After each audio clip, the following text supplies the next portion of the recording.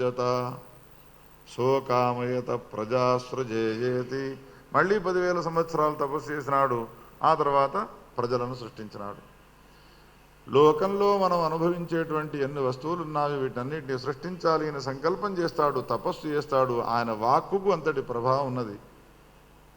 ఉపదేశం తీసుకున్న ఒక్క మంత్రాన్ని మనం అనుష్ఠానం చేస్తేనే మన వాక్కుకు ఒక ప్రభావం వస్తుంది.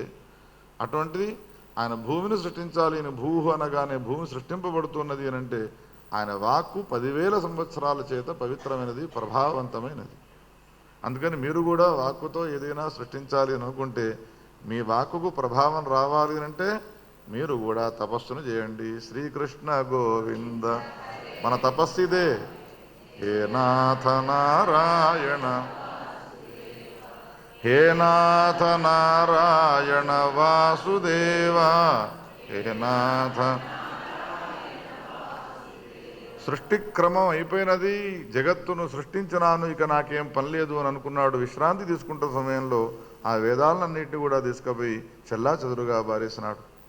వేదాలు లేకపోతే జగత్తుకు సంబంధించినటువంటి సృష్టిని చేయడం సాధ్యం కాదు. నారాయణమూర్తిని శరణాగతి పొందితే అప్పుడు నీళ్లలో పడిపోయినటువంటి ఆ వేదాలన్నింటినీ ఉద్ధరించే నిమిత్తమై చేప రూపాన్ని ధరించినటువంటి వాడే, మత్స్య రూపాన్ని ధరించినటువంటి వాడే నీళ్లలో ప్రవేశించినాడు. ఈ పురాణంలో మొత్తం 14,000 శ్లోకాలున్నాయి. 291 అధ్యాయాలతో కూడుకున్నటువంటి ఈ పురాణము చాలా అద్భుతమైనటువంటి ధర్మశాస్త్ర గ్రంథమై ఉన్నది. పితృవంశము యొక్క ఉత్పత్తిని గురించి వర్ణించినది ఈ పురాణము.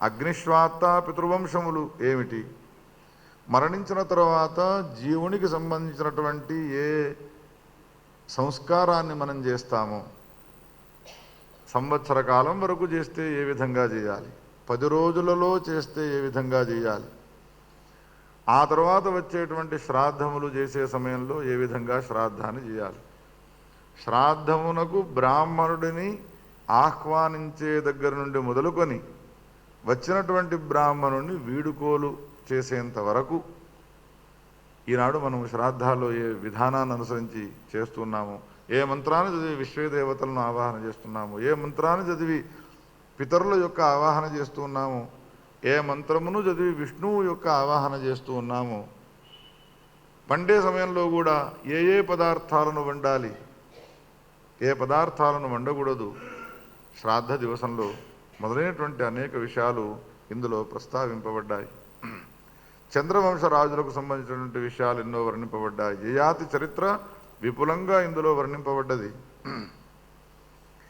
ఇంతేకాకుండా అనేక రకాలైనటువంటి వ్రతముల యొక్క విస్తీర్ణమైనటువంటి వర్ణన ఇందులో వర్ణింపబడుతూ భూగోళ ఖగోళ జ్యోతిశ్చక్ర మొదలైనటువంటి విషయాలను తెలియజేస్తూ త్రిపురాసుర సంహారానికి సంబంధించినటువంటి కథ అత్యంత రమణీయంగా ఇందులో వర్ణింపబడ్డది. తారకాసుర సంహారం, నృసింహ చరిత్ర, కాశీకి సంబంధించినటువంటి అనేక విషయాలు, నర్మదా నదికి సంబంధించినటువంటి మహాత్మ్యము ఇందులో వర్ణింపబడ్డది.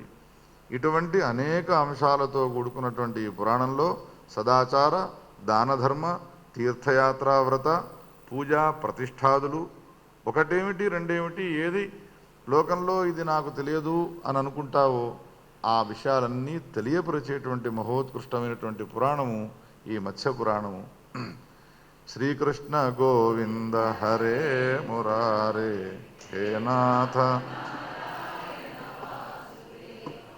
హే నాథ నారాయణ వాసుదేవ, హే నాథ నారాయణ వాసుదేవ.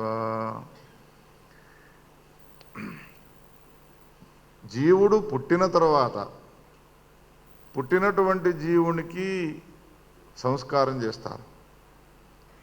జాతకర్మ, నామకరణము, అన్నప్రాశనము, చౌలము, ఉపనయనము ఇవన్నీ సంస్కారాలు అంటారు. సంస్కారము అని అంటే ఏమిటి అనే ప్రశ్న. చూడండి, ఆత్మ అని మనం అంటూనే ఉంటాము. ఆత్మ అంటే ఏమిటి అనే ప్రశ్నకు సమాధానం తెలియదు. జీవుడు అని అంటూ ఉంటాము. జీవుడు అనేటువంటి ప్రశ్నకు సమాధానం తెలియదు. పురాణము అని అంటాము. పురాణం అనే పదానికి అర్థమేమిటో తెలియదు. ఇవన్నీ ఎక్కడ తెలుస్తాయి అని చెప్పారంటే పురాణములలోనే తెలుస్తాయి. వ్యాసుడే తెలియజేస్తాడు. ఇప్పుడు సంస్కారం అనేటువంటి పదానికి అర్థం ఏమిటి అంటే సంస్కరింపబడేటువంటి ఏ వస్తువు ఉన్నదో దానికి సంబంధించినటువంటి శుద్ధిని సంస్క్రియతే అనేన కర్మణ ఇది సంస్కార. ఈ చేసేటువంటి కర్మ వలన ఆ వస్తువును శుద్ధి చేస్తూ ఉన్నాం కావున దీన్ని సంస్కారము. లేదా సంస్క్రియతే అనేన కర్మణ మోక్షానికి సంబంధించినటువంటి విషయంలో దీనికి యోగ్యతను కలిగింపజేస్తున్నది కావున సంస్కారము అని అంటారు. ప్రతివాడు పుట్టిన తర్వాత వాడు కోరవలసినది ఏమిటి అని అంటే ముఖ్యమైనటువంటి కోరిక మోక్షమే. నీకేం కావాలంటే మోక్షం కావాలని కోరుకోవాలి, అందుకే మానవ జన్మ వచ్చినది. కానీ మిగతా క్రియాకలాపం అంతా చేస్తూ ఉంటాడు అనంటే ఇదంతా కూడా దానికి అంగకర్మగా ఉంటుంది కావున వంట చేయడం ముఖ్య కార్యమే. వంట చేయడానికి మనం ఏదైతే పని చేస్తూ ఉంటామో ఆ పనిని మనం చేయాలి అంటే పాత్రల యొక్క శుద్ధి చేయాలి. ఏతావత పాత్రలను మనం శుద్ధి చేయడం అనేటువంటిది ఒక కర్మనే అయినప్పటికీ అది అంగకర్మ అని అంటారు. ప్రధానమైనటువంటి కర్మకు అంగకర్మ మనం చేస్తాము. ఈ అంగకర్మ చేస్తే గానీ ప్రధాన కర్మ మనకు ఫలాన్ని ఇవ్వదు. ఈ విధంగా సంస్కారాలు అనేటువంటి ఏవైతే ఉన్నాయో ఈ సంస్కారాలన్నీ కూడా ప్రధానమైనటువంటి ఉద్దేశమైనటువంటి మోక్షం ఉన్నదో ఆ మోక్షానికి ఈ అంగకర్మలన్నీ కూడా మనకు ఉపయోగాన్ని కలిగింపజేసేటువంటివి అవుతాయి. పుట్టినటువంటి వానికి ఏ విధంగా సంస్కారం చేస్తారో మరణించినటువంటి జీవునికి కూడా ఆ విధంగా సంస్కారం చేయాలి. పుట్టినవానికి చేస్తే వాడు బ్రతికి ఉన్నాడు కాబట్టి వానికి చేసే సంస్కారం ఇది సరైనదియా అని అంటాము. మరణించిన వాడు లేనే లేడు, వాడి గురించి ఈ సంస్కారం చేస్తే వాడి చూసినాడా చేసినాడా అనంటే దీనికి రెండు రకాల సమాధానం చెప్తాడు ఈ పురాణంలో, మత్స్య పురాణంలో. ఏమంటాడు అనంటే మరణించినటువంటి వాడిని ఉద్దేశించి చేసేటువంటి ఈ సంస్కారం ఉన్నదో ఈ సంస్కారం వలన మరణించిన వాడిని ఉద్దేశించి చేసే కొడుకుకు ఉద్ధారం ఉంటుంది, మరణించిన వాడికి ఉద్ధారం ఉంటుంది. ఈ మాటనే కనుక చెప్పలేదు అనుకోండి, కొడుకులు ఇక సంస్కారం శ్మశానానికి తీసుకువెళ్ళి కాలబెట్టిన తర్వాత ఇక మళ్ళీ వాడిని జోలి పుట్టించుకోరు. అందుకని వ్యాసుడు ఏం చేస్తాడు అనంటే వేదాల్లో ఉన్నటువంటి రహస్యాన్ని తెలియజేస్తూ నాయన కేవలం మరణించినటువంటి వానికి మాత్రమే ఉత్తమ గతులు వస్తాయి అని అనుకోకు. మరణించిన వానికి సంస్కారం చేయడం వలన చేసేటువంటి ఏ యజమాని ఉంటాడో ఏ కొడుకులు ఉంటారో వాళ్ళకు కూడా ఉత్తమ గతులు లభిస్తాయి. ఒకవేళ మరణించిన వాడిని ఉద్దేశించినటువంటి అపర సంస్కారం సరైనటువంటి రీతిలో చేయలేదు అనంటే మరణించినటువంటి మాతాపితరులు వీని విషయంలో శాపాన్ని పెట్టిపోయే అవకాశాలు ఉంటాయి. సంతానం కలగదు, అనేక రకాల ఉపద్రవాలు ఏర్పడుతూ ఉంటాయి, అంగవైకల్యంతో కూడుకున్నటువంటి పిల్లలు పుడుతూ ఉంటారు. ఇవన్నీ కూడా మాతృశాపం వలన పితృశాపం వలన ఏర్పడుతూ ఉంటాయి. అందుకని మిగతా కర్మలు నీవు శ్రద్ధగా చేసినా చేయకపోయినా పితృ సంబంధమైన కర్మలు మాత్రము శ్రద్ధగా ఆచరించాలి. అందుకనే దానిని శ్రాద్ధము అనే పేరుతో పిలిచినారు. ప్రతి విషయంలో శ్రద్ధను వహించి ఈ కార్యక్రమాలను చేస్తూ ఉండాలి అని చెప్పినాడు. ఎంత శ్రద్ధ అనంటే ఒక 2 గరికపోచలు తీసుకుపోయి శ్రాద్ధాన్నంతా కూడా సమాప్తి చేయడం సమంజసం కాదు. మత్స్యపురాణం చెబుతుంది ఎన్ని దర్భకర్రలు కావాలనో అన్నీ చేయవలసినదే. బ్రాహ్మణుని ఆవాహన చేసేందుకు దర్భలే ఉపయోగించాలి, బ్రాహ్మణులను విసర్జించేందుకొరకు దర్భలనే వినియోగించాలి, పిండ ప్రదానాలు పెట్టడానికి కూడా దర్భకర్రలనే వినియోగించాలి. శాస్త్రంలో చెప్పబడ్డది కావున పురాణంలో వ్యాసుడు చెప్పినాడు కావున ఆ విధానాన్ని అనుసరించి చేసినటువంటి కర్మనే ఫలాన్ని ఇస్తుంది.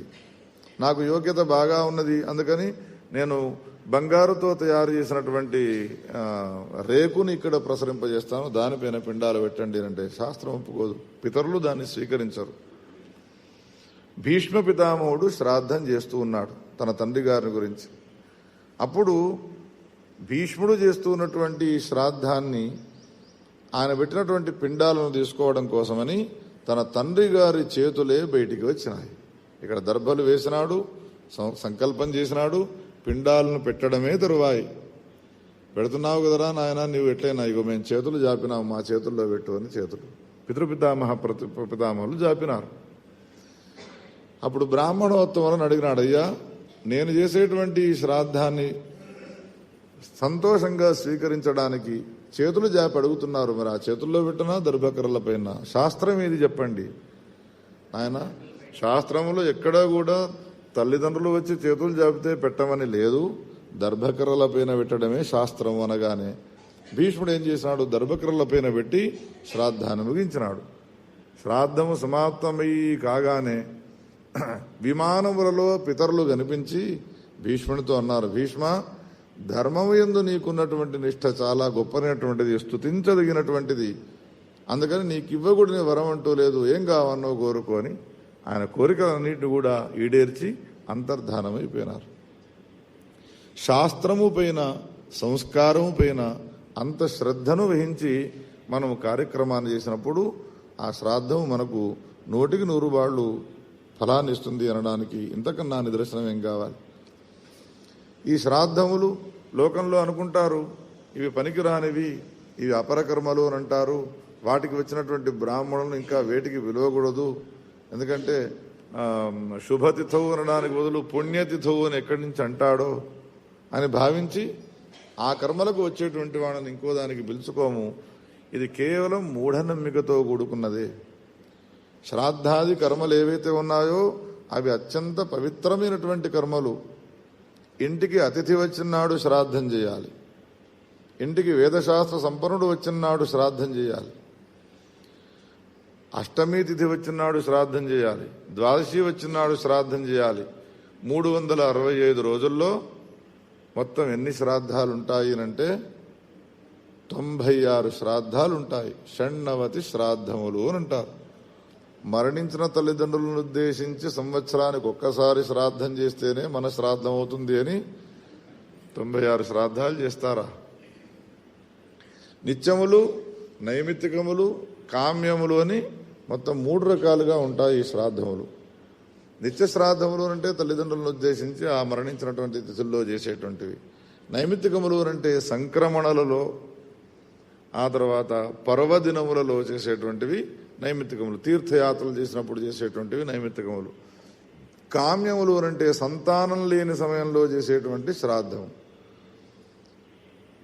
ఎంత విచిత్రము! వ్యాసుడు ఏం చెప్తాడు అనంటే, సంతానం లేకపోతే పిండ ప్రదానం చేసిన తర్వాత మధ్యమ పిండం ఏదైతే ఉంటుందో ఆ పిండమును భార్యకిస్తే తప్పకుండా గర్భవతి అవుతుంది అన్నాడు. ఎందుకు వెనక ముందులవుతారో తెలియదు. శ్రాద్ధం అనగానే పిండాలకు పెట్టినటువంటి నైవేద్యం కూడా తీసుకుని వెళ్ళి నీళ్లలో నిమజ్జనం చేస్తారు. పిండాలకు నైవేద్యం పెట్టినటువంటి ప్రసాదాన్ని స్వీకరించకూడదనే నిషేధాలు లేవు. కొన్ని ప్రాంతాల్లో స్వీకరిస్తారు, ఇంకొన్ని ప్రాంతాల్లో దాన్ని నీళ్లలో పిండాలు వదిలినట్టుగా లేదా గోవులకు పెట్టినట్టుగా వీటిని కూడా పెట్టేస్తారు. కామ్య శ్రాద్ధములలో ప్రత్యేకంగా మధ్యమ పిండం ఏదైతే ఉన్నదో ఆ పిండాన్ని భార్య కనుక ఒకవేళ భక్షించినది అంటే తప్పకుండా ఆమె నిలదప్పుతుంది. శ్రాద్ధకృతు శ్రాద్ధభృక్చైవ సర్వమే తద్వివర్జయేతు. శ్రాద్ధాన్ని చేసేవాడు, శ్రాద్ధములో నిమంత్రితుడైనటువంటి బ్రాహ్మణుడు, వాళ్ళిద్దరికి సంబంధించిన కొన్ని నియమాలున్నాయి. ఆ నియమాలు చెప్తున్నాను వినండి. ఏం చెప్తాడు మత్స్యరూపంలో ఉన్న నారాయణమూర్తి. స్వాధ్యాయం కలహం వైరం దివాసుప్తం చ సర్వదా అన్నాడు. ఏమేమిటి వదిలిపెట్టాలి అంటే,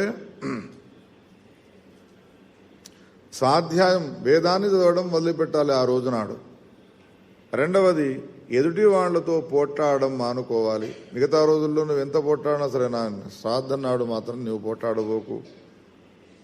తర్వాత పగటిపూట నిద్రపోకూడదు అన్నాడు.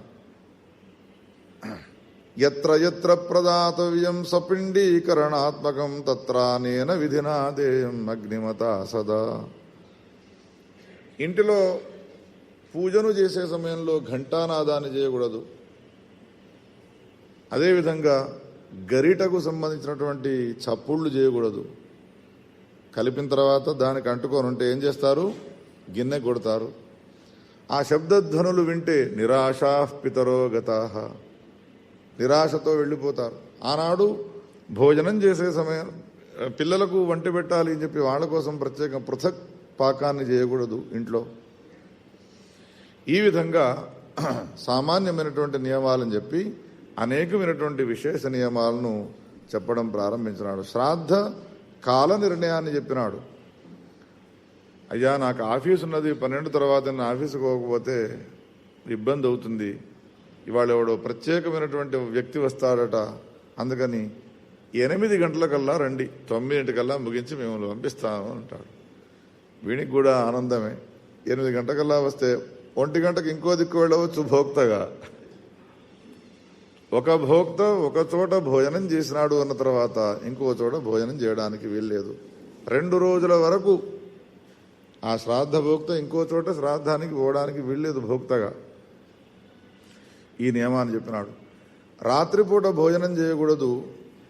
రేపు శ్రాద్ధం అనగా శ్రాద్ధం నాడు ప్రసాదాన్ని స్వీకరించిన తర్వాత భోజనం చేసిన తర్వాత ఆనాడు రాత్రి భోజనం చేయకూడదు. తెల్లవారిన తర్వాత ఏ పితృశేషం ఉంటుందో ఆ పితృశేషాన్ని స్వీకరించి భోజనాన్ని చేయాలి. మైథునాదులను వదిలిపెట్టాలి. మధ్యాహ్న కాలంలో ప్రారంభం చేసి అపరాహ్న కాలము చాలా శ్రేష్టమైనది. ప్రాతస్సంగవ మధ్యాహ్న అపరాహ్న సాయాహ్నములోని మొత్తం పగటిని 6 విభాగాలు చేసి ప్రాతస్సంగవ మధ్యాహ్న అపరాహ్నము అని 4వ కాలం ఏదైతే ఉన్నదో ఆ కాలము శ్రాద్ధాదులకు చాలా శ్రేష్టమైనటువంటిది అని చెప్పినాడు. ఆ తర్వాత బ్రాహ్మణుడిని దర్భకర్రలు, తర్వాత నువ్వులు, బియ్యముతో ఎవలు చాలా శ్రేష్టమైనవి. ఎవలుని దొరుకుతాయి. మనం వెచ్చాల అంగడికి వెళ్ళి అడిగినట్టయితే శ్రాద్ధాల్లో దాన్ని వినియోగించాలి. తులసీ దళములు, తెల్లని పూలు, తర్వాత తెల్లని బియ్యము, నల్లని నువ్వులు. నల్ల నువ్వులంటే చాలా ఇష్టపడతారు పితరులు. ఆ శ్రాద్ధం అవుతున్న సమయంలో స్వాధ్యాయం శ్రావయేత్ పిత్రియం పురాణాన్యఖిలాని చ బ్రహ్మ విష్ణుర్కరుద్రాణం స్తవాని వివిధాని చ. బ్రహ్మాది దేవతలకు సంబంధించినటువంటి అనేక స్తోత్రాలను పఠించాలి. వేదాల్లో ఏ ఏ మంత్రములను చెప్పానో అవన్నీ కూడా చెబుతాడు. బృహద్రథంతర సామము, రోహిణ సామము, జ్యేష్ఠము అనేటువంటి పేర్లు గల సామాలను పఠించాలి. మండల బ్రాహ్మణం అనేటువంటి బ్రాహ్మణ భాగాన్ని వినిపించాలి. పితరులకు చాలా ఇష్టమైనటువంటి ఇవన్నీ కూడా. కొంతమంది ఏమని సందేహిస్తారు అనంటే, మరణించిన తర్వాత ఏ వ్యక్తి ఉంటాడో, జీవుడు ఉంటాడో, ఆ జీవుడు మరణించి ఏ నరకాది లోకాల్లోకో వెళ్ళిపోతాడు. అక్కడ అనుభవించేటువంటి సుఖాన్నో దుఃఖాన్నో అనుభవిస్తాడు, లేదా స్వర్గాది లోకాల్లోకి వెళ్ళిపోతాడు, దేవతా శరీరాన్ని పొందుతాడు. మరి ఇక్కడ బ్రాహ్మణులను ఆవాహన చేసి మనం శ్రాద్ధాదులు చేస్తే మరి ఆయా జీవులకు ముడతాయా ముట్టవా అనంటే వ్యాసుడు ఈ సందర్భంలో రాస్తాడు మత్స్యపురాణంలో.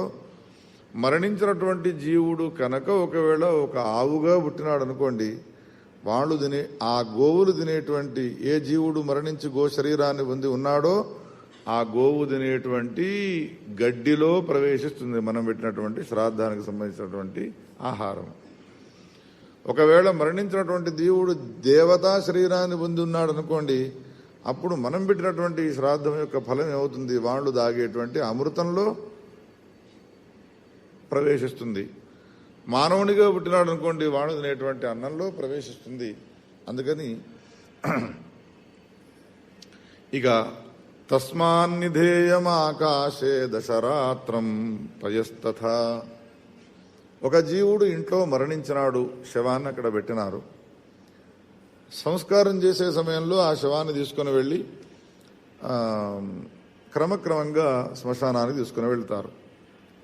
శవాన్ని ఏ ప్రాంతంలో మనం పెట్టినామో, మరణించిన తర్వాత ఆ శవాన్ని తీసుకుని శ్మశానానికి తీసుకుని వెళతామో, పెట్టిన చోట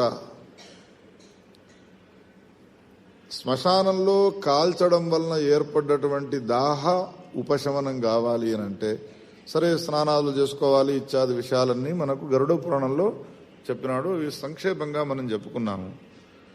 ఆ దాహము శాంతించాలి అని అంటే శవాన్ని తీసుకువెళ్లే సమయంలో ఉంచిన చోటు ఏదైతే ఉంటుందో అక్కడ ఉదకుంభాన్ని, ఒక కుండను పెట్టాలి. ఆకాశంలో కుండను కట్టి వెళ్లాడదీసి దాని నిండా నీళ్లు వేయాలి. కింద ఒక మట్టితో తయారు చేసినటువంటి శరావంలో ఎట్లయితే బోధాయనోక్త ప్రకారంగా అన్ని ధాన్యాలు వేసి అంకురారోపణం చేస్తారో అదేవిధంగా ఇక్కడ ఈ నీళ్లు పడుతున్నటువంటి చోట కింద ఒక శరావంలో మట్టి పోసి ఎరువు వేసి అందులో నవధాన్యాలను నిక్షేపణం చేయాలి. నీళ్లు దాంట్లోంచి పడుతూ ఉన్న కొద్దీ మొలకలు ఎత్తుతూ ఉంటాయి. ఈ నీళ్లు పడుతూ ఉన్నటువంటివి ఏవైతే ఉంటాయో మరణించినటువంటి చోట పడడం వలన మరణించినటువంటి జీవుడు కాల్చడం వలన తనకు ఏర్పడ్డటువంటి ఏ వ్యధ ఉంటుందో ఆ వ్యధను దూరం చేసుకుంటాడు అని వర్ణించారు. రాను రాను సంస్కారాలన్నీ కూడా మారిపోతున్నాయి. ఇవేవి కూడా చేయడం లేదు ఇళ్లలో. ఇక్కడ ఎట్లా జరుగుతుందో ప్రక్రియ తెలియదు. ఎందుకంటే మరణించిన వాళ్ళ ఇళ్లలోకి పోవడమే అనుమానం అని చెప్పి అనుకుంటారు. ఎవరికైతే ఈ శాస్త్రం యందు నిశ్చయ జ్ఞానం ఉంటుందో వాళ్ళు చేస్తారు. కానీ కిరాయి ఇళ్లలో ఉండేటువంటి వాళ్ళు చేయడానికి వీలే లేదు. అన్నీ మారిపోతున్నాయి. మరణించినటువంటి జీవునికి మాత్రం తాపోపశమనం కావడం లేదు. నిన్న కూడా మనం చెప్పుకున్నాము, మరణించినటువంటి జీవుడు వచ్చిన తర్వాత వానికి భోగ శరీరం యొక్క ఉత్పత్తి జరగాలి అని చెప్పారంటే పిండ ప్రదానం చేయాలి. ఎక్కడ మరణించినటువంటి చోట ఆ పిండ ప్రదానం చేయకపోతే శరీరం యొక్క ఉత్పత్తి జరగదు. జీవునికి ఉత్పత్తి జరగకపోతే వాని పరిస్థితి ఎట్లా ఉంటుంది ఒక్కసారి ఆలోచించండి. వానికి ప్రేతత్వం వస్తుంది. వివాహం చేసుకోవడానికి పూర్వకర్మలలో అంటే పంచదశ కర్మలు ఏ విధంగా మనం శ్రద్ధతో చేసుకుంటూ ఉంటామో అదేవిధంగా మరణించినటువంటి వాడిని ఉద్దేశించి కూడా చక్కగా అధ్యయనం చేసినటువంటి వాళ్ళ చేత సంస్కారవంతుల చేత సంస్కారం చేయించినప్పుడు మాత్రమే మరణించినటువంటి జీవునికి ఉత్తమ లోకావాప్తి అనేటువంటిది కలుగుతుంది తప్ప లేకపోతే వానికి ప్రేతత్వం అనేటువంటిది విముక్తి కాదు. ఎన్ని క్షేత్రాల్లోకి వెళ్లి గయా ప్రయాగ కాశీ మొదలైనటువంటి వాటిల్లో పిండ ప్రదానాలు చేసిన వాడు ముక్తుడుగాడు. ఎందుకురా అని అడిగితే జరిగినటువంటి ఏ సంస్కారం ఉంటుందో ఆ ప్రేత సంస్కారం అది సరైనటువంటి రీతిలో జరగలేదు కావున అని అంటాడు. ఈ విధంగా ఈ సందర్భంలో వ్యాస భగవానుడు ఎన్నో అంశాలను మనకు తెలియజేస్తూ ఉంటాడు. కేవలం శ్రాద్ధాలకు సంబంధించిన లేదా పితరులకు సంబంధించినటువంటి విషయాలను మాత్రమే కాకుండా అనేక రసవత్తరమైనటువంటి కథలతో కూడుకున్నటువంటి పురాణం కొనసాగుతూ ఉంటుంది. ఆ తర్వాత సాయంకాల వేళలో మత్స్య పురాణముతో సహా బ్రహ్మాండ పురాణాన్ని, ఏ బ్రహ్మాండ పురాణమైతే లలితాదేవికి సంబంధించినటువంటి వైభవము అత్యంత శోభాయమానంగా వర్ణింపబడ్డదో ఆ కథలతో కూడుకున్నటువంటి కథలు సాయంత్రం పూట మనం చెప్పుకుందామనే మాటలను చెప్పుతూ నేను ఈ ఉపన్యాసానికి విరామాన్ని తీసుకుంటున్నాను. శ్రీకృష్ణ గోవింద హరే మురారే హే నాథ నారాయణ వాసుదేవ హే నాథ నారాయణ వాసుదేవ హే నాథ నారాయణ వాసుదేవ హే నాథ నారాయణ వాసుదేవ. హిరణ్యపాత్రం మధో పూర్ణం దదాతి మధవ్యోసానీతి ఏకధా బ్రహ్మణ ఉపహరతి ఏకధైవ యజమాన ఆయుస్తేజో దధాతి. నిత్యశ్రీరస్తు నిత్యమంగళాని భవంతు సంతతం శ్రీరస్తు సమస్త సన్మంగళాని భవంతు. శ్రీమద్రమారమణ గోవిందో నమః పార్వతీపతే హర హర మహాదేవ. తత్సద్బ్రహ్మార్పణమస్తు.